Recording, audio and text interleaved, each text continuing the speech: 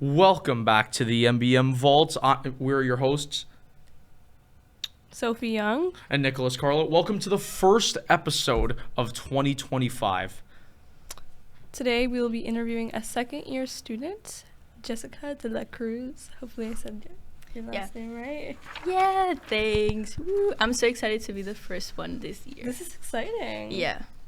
New year. So mainly before we start, we've been off for about a month. So how has everyone been doing? How's everyone's breaks been going? Second semester, what we're thinking? So I went back home. I'm from Mexico, so I went back home with my family, and then I went to Disney Orlando. Oh, yeah, I saw with, that. Yeah, with my whole family, so it was super cool.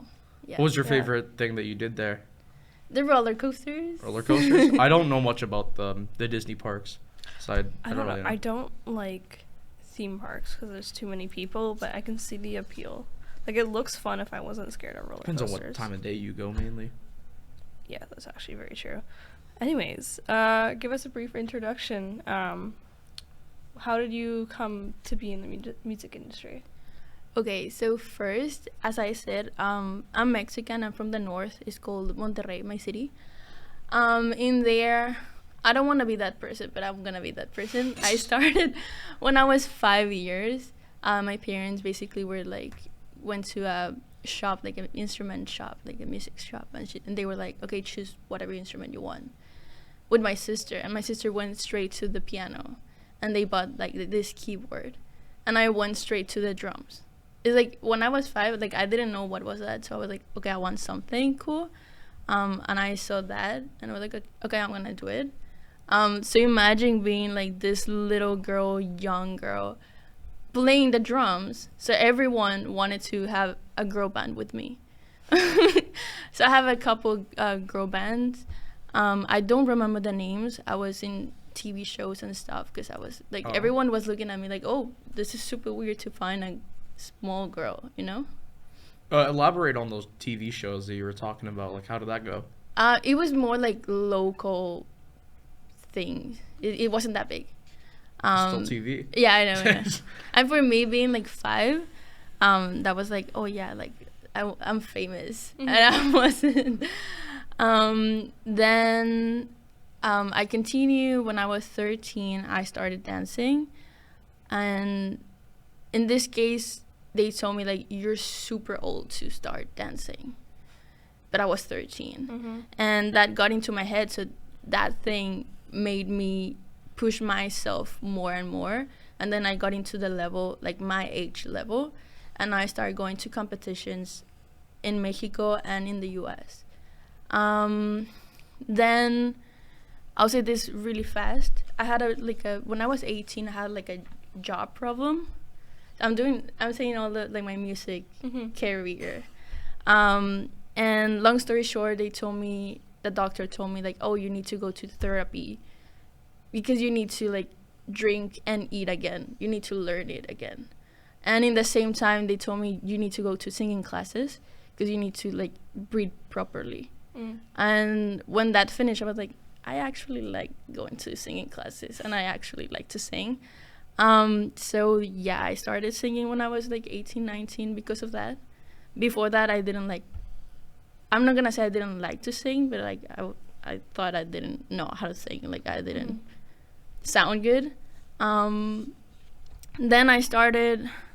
I have a university degree in communication and digital media. In that area, I saw mostly marketing, but I saw radio, I saw TV. I did couple short films. I did music videos, journalism, like every communication part, I did it. I learned in there.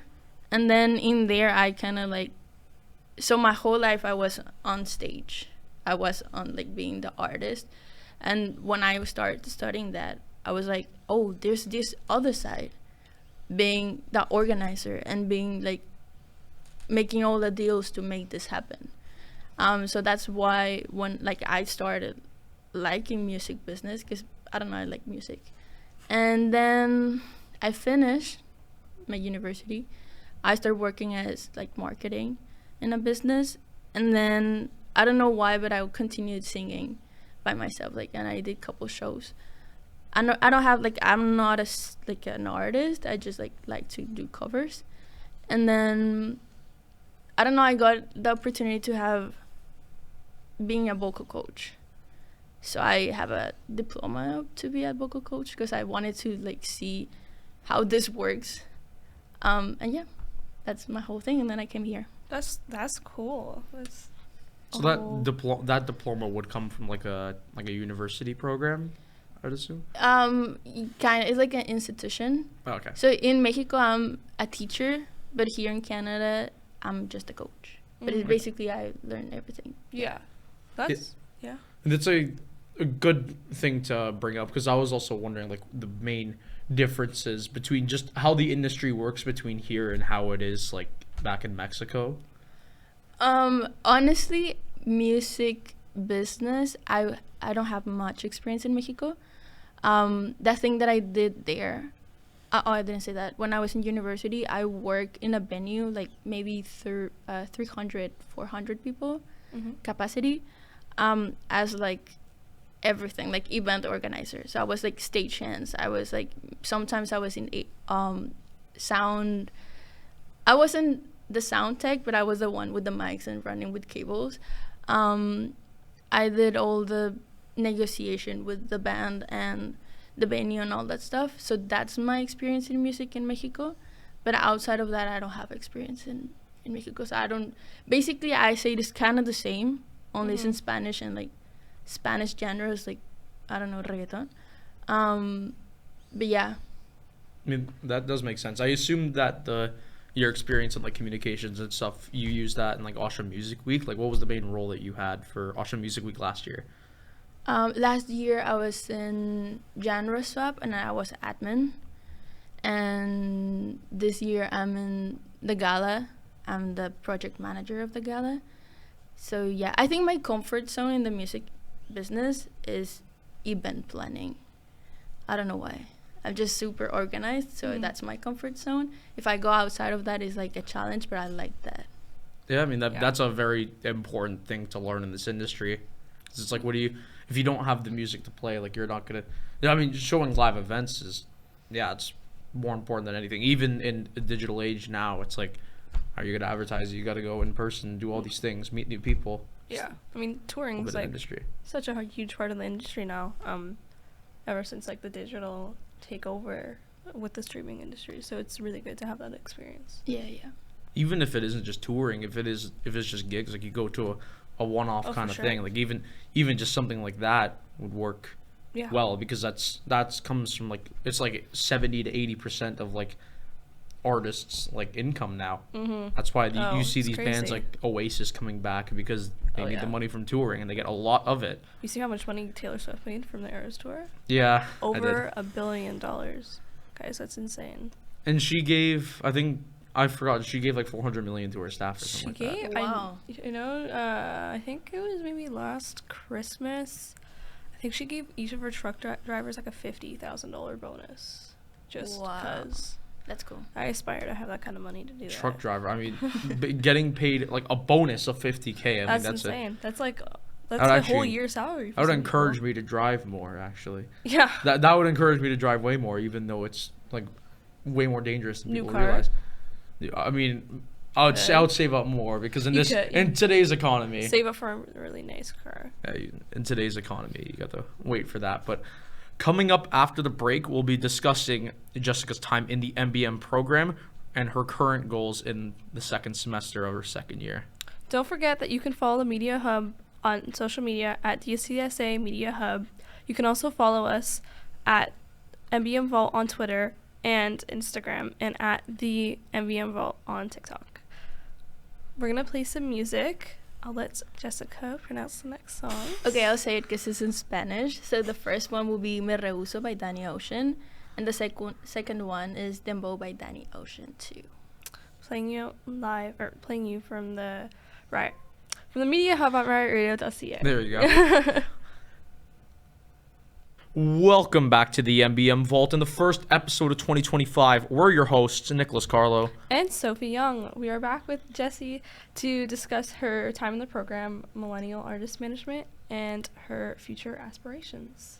And just before we get started, I have a little announcement to make about an event that'll be happening, I believe, is it next week? It's on the 23rd. So it's called Hip Hop in the Schwa. Yeah. It's going to be happening at King's Crown, Crown Bar and Grill, 28 King Street East in Oshawa. I'm assuming there'll be lots of great performers, and you should check it out. And to start us off for the second segment, you are the manager for one of the MBM enterprises, Millennial Artist Management. Tell us more about the enterprise and pretty much how it works. Okay, so it's funny because last year I did, like, my first year, I was in Breakthrough. Mm-hmm. And as I mentioned before, that's my, like, comfort zone. And in Breakthrough, I was the promoter / booking. I was dealing with artists and venues, and I did all that stuff. And when it came, like, December, I was like, I don't actually want to continue in here. Like, this is, like, my comfort zone. I just want to learn and challenge myself. And I was thinking of moving to another one, but then, like, everyone, and I was like, yeah, sure, like, I'll stay here. So when it came to the end of the second semester, I was like, I just want to move to another one. And then I got the opportunity. One of the professors told me, like, oh, you want to be a manager of Millennial? I was like, okay, sure. I don't have any or something, like, related to that in, like, my work experience, but we're in college and we're learning.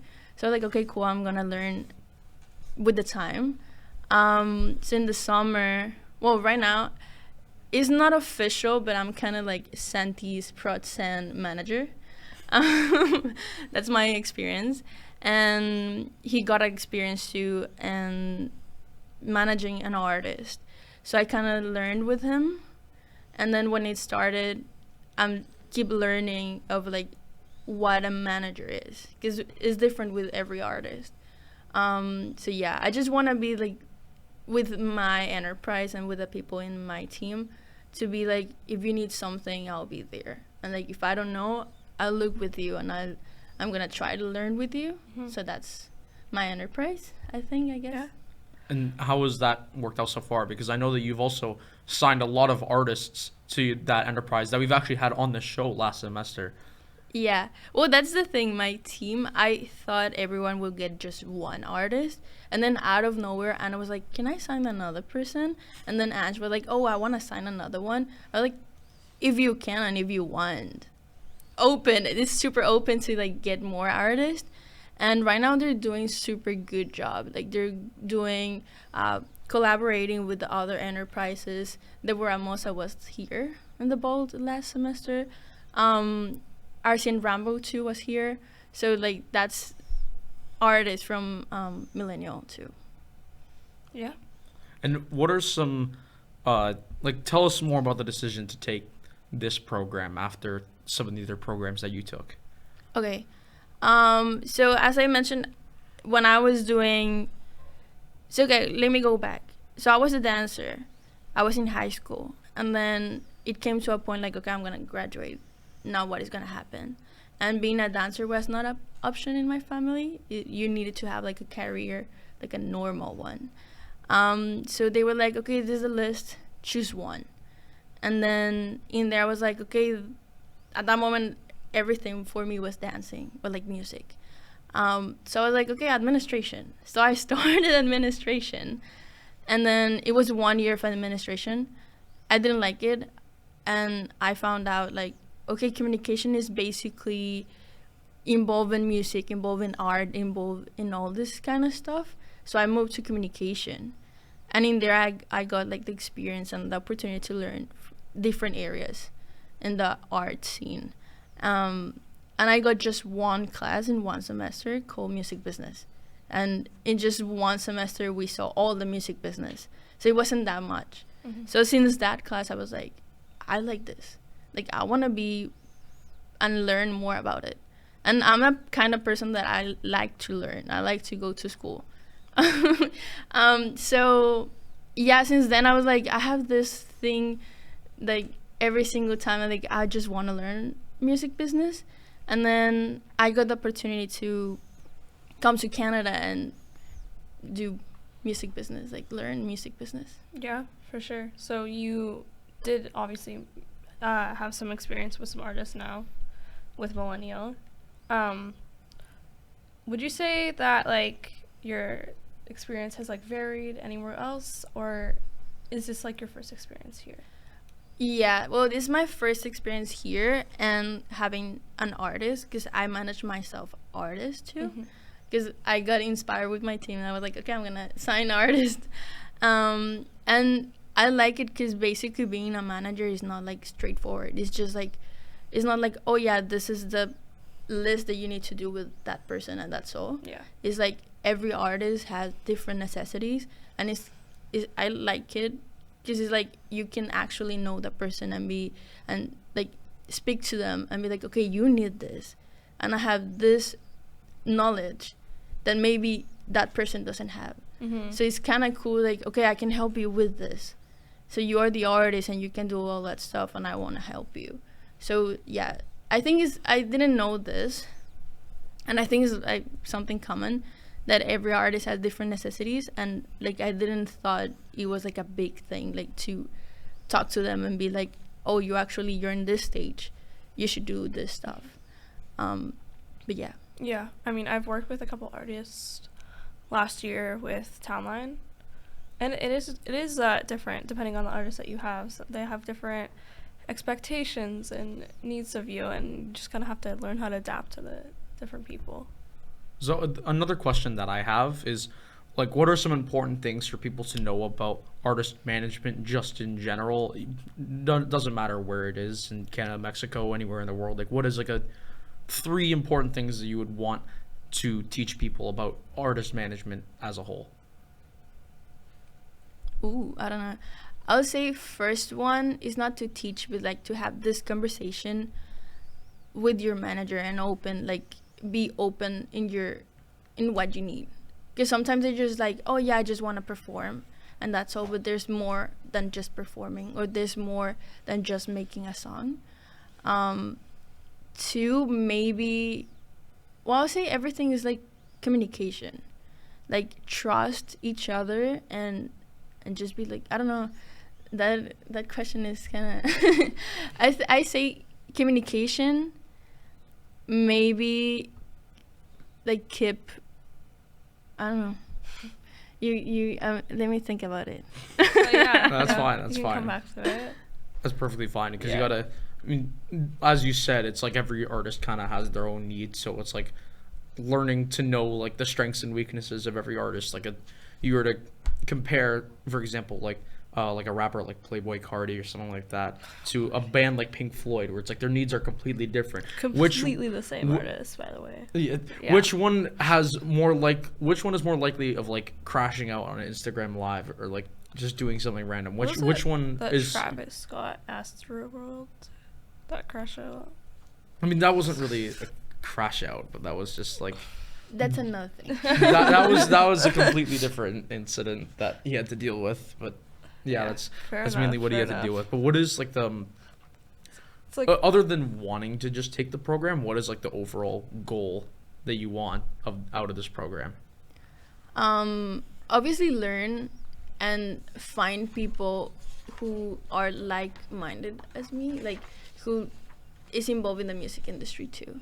Like when I was back home in my city, there's music industry obviously, but there's no this community, this super small community. And in here I kind of find like everyone's studying the same thing, and we're all in the music business industry or want to pursue that music industry. And I think I like it because you can talk to someone and speak about it and have like different ideas or stuff, but in the same topic. And I didn't have that before. So I right now I like that. And I came here. First, I like Canada. I like winter. I like the snow. You like how cold it is this year? Yeah, I love it. It's like genuine winter this year. Yeah, all the Canadians are like, you're crazy. I come from a place that is super hot, so it's like super warm. Yeah. So it's like, I don't want to go back there. Yeah. And then, yeah, the music industry. I really love music. Like, that's my, like, not only doing music is like, I like to hear yeah. Yeah. I mean, you were here last year, and last year's winter was pretty mild. Yeah. It wasn't that cold at all. This is like good, genuine. So Global obviously warming and all that stuff. global warming and all that stuff. No, this is a good winter. So now we're in the second semester. So we've taken a lot of different classes. Would you say you have one that stands out or is like your favorite? Ooh, I always say a different answer. I don't know. Every semester I have a different class. Most of them is more like to be involved in the Oshawa Music Week, like being in event workshop. I think that's the name of the class. But then we had contract law, and I loved it. Really? Yeah.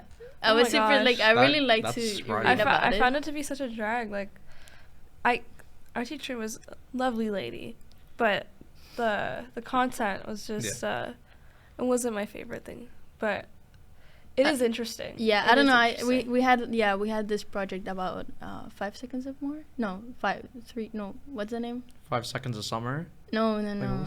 Wait. Someone in there. Well, there was oh my God. There was this project, Yeah. and we need to like watch a documentary. Oh yeah. And then I forget what.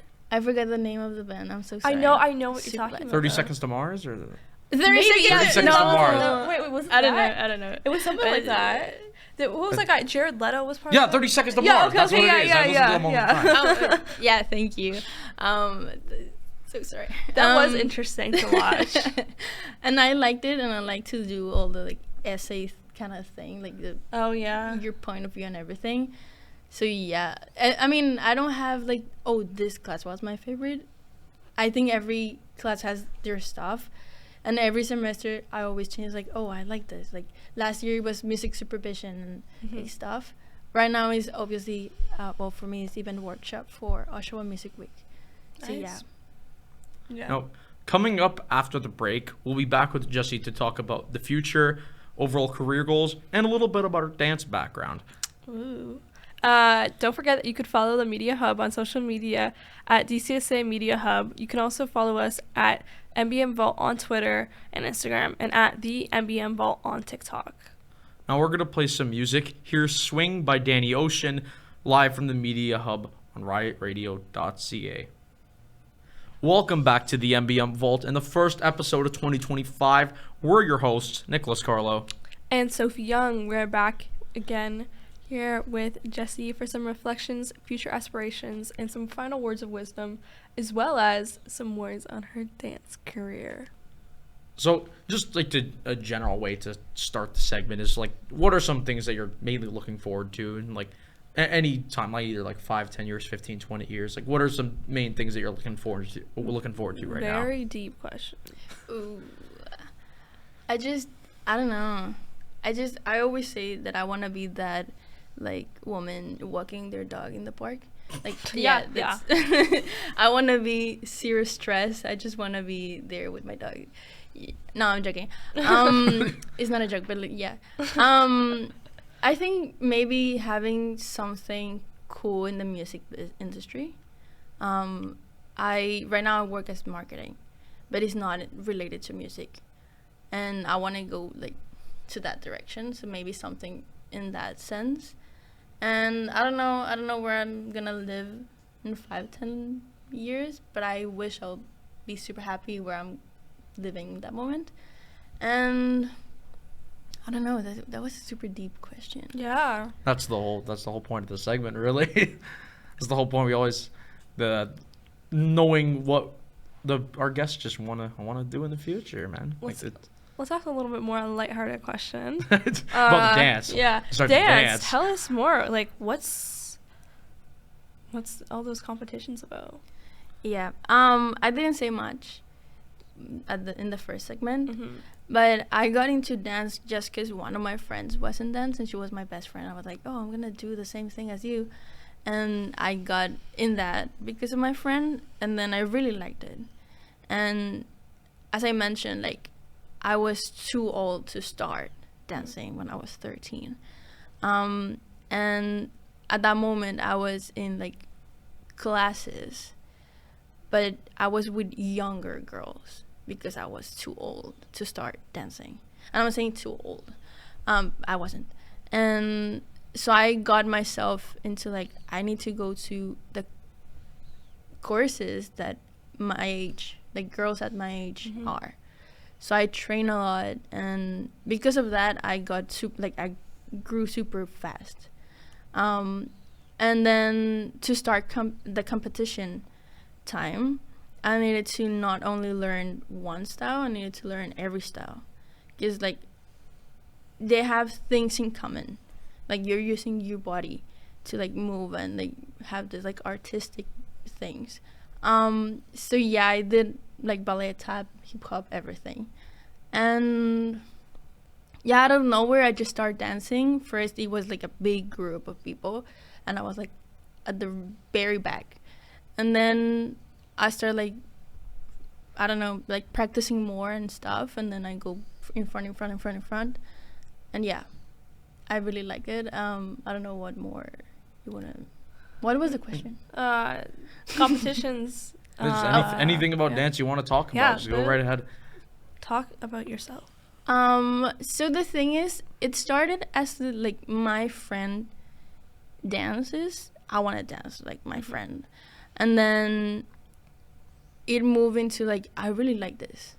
And it moved like, this is my hobby. And I remember I went to like school, finish, go to my house, change, and then 4 or 5 hours of training every single day. So I was super invested in that, and then that became like my lifestyle, because that was my whole like time. So my teenage years were training. Yeah, like I was training, and I didn't mind. Like there was people like, oh yeah, like you want to come, like I don't know, party and stuff. I'm like, I need to train tomorrow morning. Hard work pays off though too. Yeah, I need to go tomorrow morning to train. And then first you start as like competing between each other in like different schools, and then you start competing between states. Well, Mexico is divided in states. So you start competing between states, and then now it was time to like, okay, now we need to go to the US. And then I start going to the US. To the US, I went like 2-3 times. It wasn't that much, because then I went to university, and university was super demanding. Were you competing under Mexico when you went to the States, or was it for like the state? No, it was like representing Mexico. Nice. That's cool. It's in the US. I mean, 3 wins is still 3 wins internationally. Exactly. Man. I wouldn't down yourself like that. That's a really good accomplishment. Yeah. Yeah, I mean, I wish I went more. But those 3, I think it was 3 times I went. I really liked it. Yeah. Yeah. So. Do you have like a favorite type of style of dancing, either a specific move or just a type of genre of dancing in general? Yeah, I mean, I like hip hop kind of style, but I was better in jazz funk. So it was like jazz. So it was like me wanted to do hip hop, but I'm more like, I'm better in this one. So I was like, okay, I'll practice both, but most of the time that I competed, it was jazz. Yeah. And I don't mind, like I really like it. So yeah. So is there any advice you give to someone starting out dance? The thing is, I stopped dancing too, like a competition, because like the teachers were super I'm not gonna say like rude, but you know, like in the dancing industry is like super, you need to be like this, like and expectations. Yeah.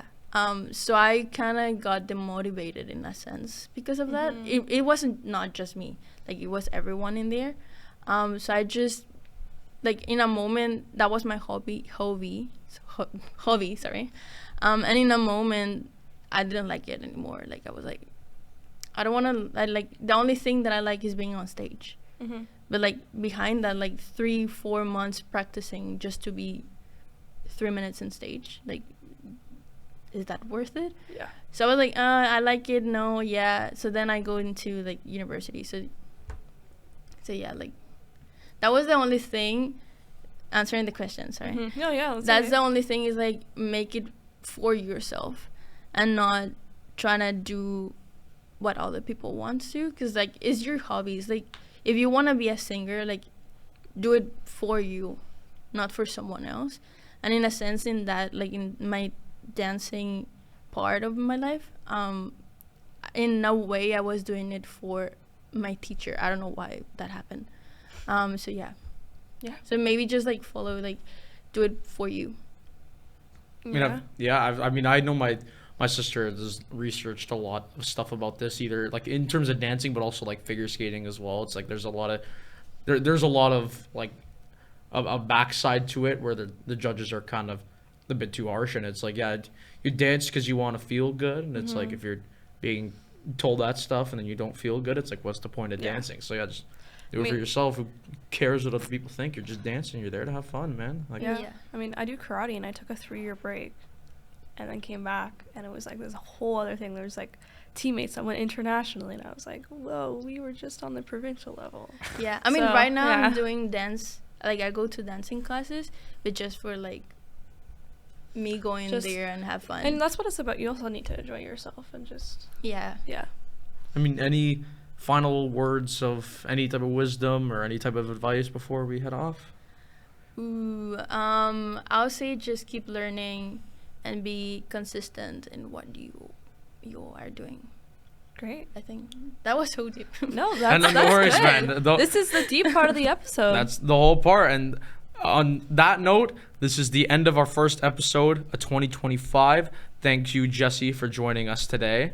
First episode of 2025. Yeah, you can find her on Instagram at JessieDLCM. You can follow the Media Hub on social media at DCSA Media Hub. You can also follow us at MBM Vault on Twitter and Instagram, and at the MBM Vault on TikTok, even though it's getting banned. Even though RIP TikTok. So I will let Jessie pronounce our last song right here. Oh, so the song is called Veneno by Danny Ocean. We love Danny Ocean. Yeah.